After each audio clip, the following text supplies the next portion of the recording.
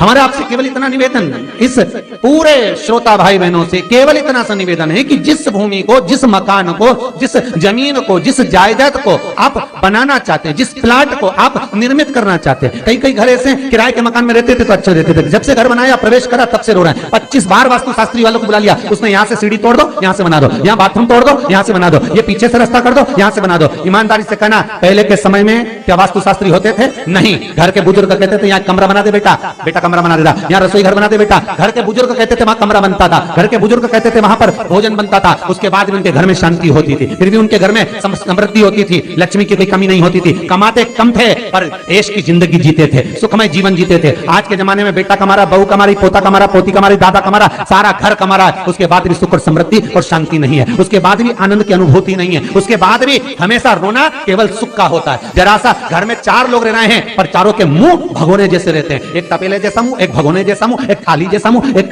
बल्टोई जैसा मुंह, सब कोई बोलने को तैयार नहीं, क्योंकि जब जब बोले तो बर्तन की आवाज आए तो बोलेगी। एक माँ बैठी टीवी के सामने, एक माँ बैठी, एक सोफे पे बैठा, बोले ही नहीं आपस में।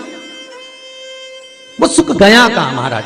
कई लोगों के मैसेज आते हैं, गुरुजी हम बड़े दुखी हैं, कारण क्या है? बस कारण इतना सा है कि आपने जब मकान का निर्माण कराया, वास्तु शास्त्री को बुलाया, इंजीनियर को बुलाया, सब ठेकेदार को बुलाया, सबको बुलाकर मकान, प्लाट, जमीन, जायदाद सब दिखवाया, पर आपने उस भूमि पर पद्म पुराण कहती है, धेनु मानस कहती है, स्कंद पुराण कहती है कि उस प्लाट पर आपने 3 दिन तक एक गौ माता को नहीं बांधा। 3 दिन तक एक गाय को उस प्लाट पर बांधकर चारा खिलाते, ना वास्तु शास्त्री को बुलाने की जरूरत पड़ती, ना कभी समृद्धि की, ना सुख की जरूरत पड़ती, क्योंकि गाय उस जगह से सारी इंद्रियों को आनंदित देकर सुख प्रदान कर देती है।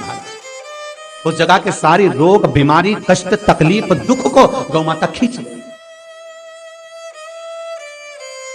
गौ माता जैसी जगत में कोई नहीं हो सकता। हाथ में घड़ी नहीं बांधती गौ माता, पर 4 बजे आपके रोटी मिलती है तो 4 बजे खड़ी मिल जाती है। 3 बजे भोजन मिलता है तो 3 बजे आपके दरवाजे पे मिल जाती है। 1:30 बजे भोजन दोगे तो 1:30 बजे ही मिलेगी। 1:20 पे दोगे तो 1:20 पे ही मिलेगी। कोई घड़ी नहीं बांधती, फिर भी समय पर आ जाती है। क्यों? क्योंकि भगवान ने उसको ऐसा बनाया है, 33 कोटि देवताओं ने उसमें ऐसा विराजमान कर दिया है कि जगत का वो कल्याण कर सकती है। उसका एक एक अंश जीव का कल्याण करने वाला है, एक एक अंश जगत का उद्धार करने वाला है। पर हम ये आज के युग में हम उसको भूल गए। आज के युग में हम ये सोचते हैं कि वास्तु शास्त्री को बुला लें, वो ये बता दे, हमने ये फ्लैट बनाया, हमने ये मकान बनाया, इसकी छत कैसी, इसका कमरा कैसा, वो बता देगा, सब कुछ बता देगा। उसके बाद भी लोगों को क्या सुख नहीं है, उसके बाद भी शांति नहीं। फिर चलो तो चलो किसी बाबा जोगी क्या पूछ गए जो ऐसा घूम घूम के बताता, और उसके यहाँ जाकर पूछ लिया, बताओ बाबा जी हमारे घर में शांति नहीं, तो बाबा जी एक ही बात बोले, तेरे ही घर का है जिसने कुछ कर दिया। अब इसको याद आया 15 दिन पहले मेरी जेठानी से लड़ाई हुई थी, उसी ने कुछ करा होगा। अब बताओ बाबा जी ने आपस में ऐसा बीज बो दिया कि घर और जुड़ा हुआ था तो टूट गया। कोई बाबा जोगी सन्यासी तपस्वी साधक उपासक कभी नहीं कहता कि घर का है। हमेशा याद रखो, संसार में किसी की सामर्थ्यता नहीं है कि कोई आपका बुरा कर दे, किसी की सामर्थ्यता नहीं। संसार में किसी की सामर्थ्यता नहीं कि आपका बुरा कर दे, बस आपका बुरा आपका किया हुआ कर्म करता, कोई दूसरा नहीं करता। एक नींबू गिर गया दरवाजे पे तो 14 दिन तक नींद नहीं आई, सीसीटीवी कैमरे में देखो कौन पटक के गया, मेरे को तो 3 दिन से शंका हो रही पड़ोसन पे। अब बताओ, जब कैमरे में देख लिया तब मालूम पड़ा बेचारा साइकिल वाला सब्जी लेके जा रहा था उसके घर पे और नींबू पॉलीथीन से टपक गया।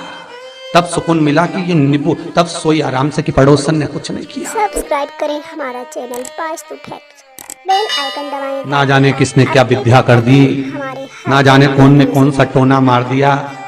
केवल एक दीवार ऐसी होती है जहां पर हनुमान जी का चित्र लगाया जाता है। चाहे तुम पर्वत उठाने वाला चित्र लगाओ हनुमान जी का, चाहे बैठे हुए लगाओ, चाहे रामायण पढ़ने वाला लगाओ, चाहे लंका दहन करने वाला लगाओ, चाहे राम नाम जपने वाला लगाओ, चाहे लक्ष्मण को संजीवनी देने वाला लगाओ, चाहे मौन मुद्रा में लगा दो, चाहे स्तुति में लगा दो, चाहे भजन में लगा दो। हनुमान जी का कोई भी चित्र लगता है तो ना पूरब में लगेगा, ना पश्चिम में लगेगा, ना दक्षिण में लगेगा। हनुमान जी का अगर चित्र लगता है तो उत्तर की दीवार में दक्षिण को देखते हुए लगता है, केवल एक ही स्थान।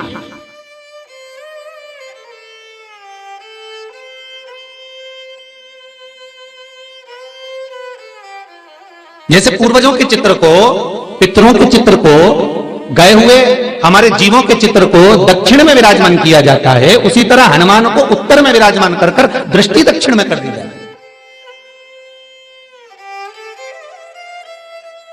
घर में हनुमान जी के जितने फोटो होते हैं उसको केवल दक्षिण दिशा में लगा, उत्तर दिशा में लगा बिठा देते हैं, और दक्षिण की ओर उनकी दृष्टि होना चाहिए, दक्षिण की ओर उनका मुख होना चाहिए।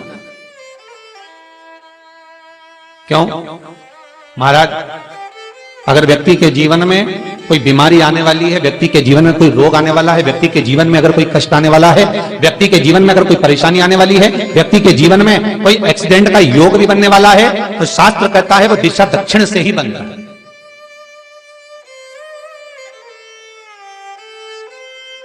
ये दक्षिण जो दिशा है ये यम की दिशा है। यहां संपूर्ण परिवार के साथ यमराज अपने आनंद में निवास करता है, यम दिशा। और जब हमारे घर में, हम ये नहीं करें कि आप हनुमान जी का फोटो लगाओ, हम ये भी नहीं करें, आपके घर में हो और आपने अगर विराजमान कर रखा है किसी दिशा में, तो हमारा तो निवेदन रहेगा, अभी तक आपने अगर जैसा रखा पर एक बार दिशा बदल कर देखना कि रोग, बीमारी, कष्ट, दुख, तकलीफ में आपको लाभ मिला कि ना मिला। हनुमान जी ने केवल दक्षिण दिशा की ओर अगर मुख कर हमने विराजमान कर दिया, फोटो ही विराज दिया। हम ये नहीं कहेंगे आपसे कि आप बाजार से फोटो खरीद के लाओ फिर लगाओ, नहीं, आपके घर में हो तो आप लगा दीजिए, सब्सक्राइब करें हमारा, आपके घर में हो तो विराजमान कर दीजिए, बेल आइकन दबाएं ताकि आप अपडेटेड रहें हमारे हर एक वीडियो से। अच्छा, कितनी विपरीतता है वो भी आप जरा जानिएगा महाराज, कि शंकर भगवान के ऊपर जो जल चढ़ाया जाता है उसकी जलाधारी उत्तर में जाती है। कई लोगों को तो आज भी तुलसी उतारना तक नहीं आता कि तुलसी का दल कैसे उतारा जाता है। सब्सक्राइब करें हमारा, कई जगह तुलसी के क्यारे के नीचे शंकर जी का शिवलिंग रख दिया जाता है महाराज, नहीं है ध्यान, बस चल रहा है स्मरण।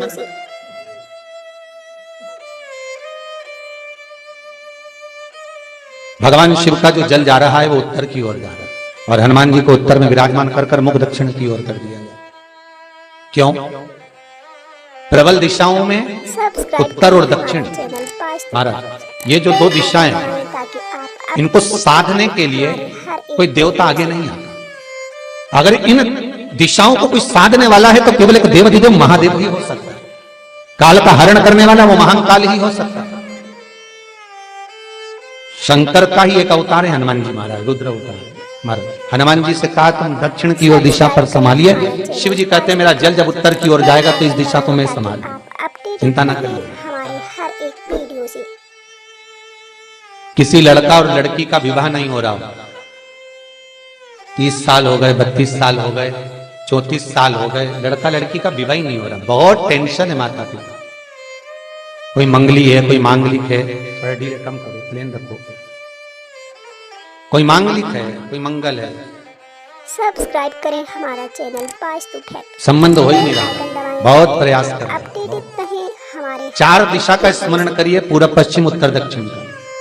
हथेली पर आटे का दीप लगाइए, घी भर लीजिए और 4 बत्ती उसमें अलग अलग रख लीजिए।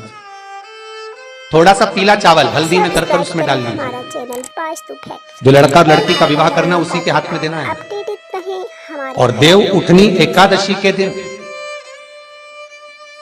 जिस दिन देवता उठेंगे, जिस जगह पर तुलसी सालिग्राम का आप पूजन करते हो, गन्ने के नीचे, ईख के नीचे तुलसी का क्यारा रखकर पूजन करते हो, वहां पर भगवान शिव और भगवान नारायण का नाम लेकर उस दिए को रगवा दीजिए और वहीं पर हल्दी का तिलक उस लड़का या लड़की का कर दीजिए और उसके हाथ में थोड़ी सी हल्दी लगा दीजिए। महाराज सब्सक्राइब करें 2.5 महीने 3 महीने तो बहुत हो गए, उस बच्चा और बच्ची का विवाह पक्का हो गया। अपडेटेड श्री रहें हमारे हर एक शिवाय नमस्तुभ्यं, श्री शिवाय नमस्तुभ्यं, श्री शिवाय नमस्तुभ्यं।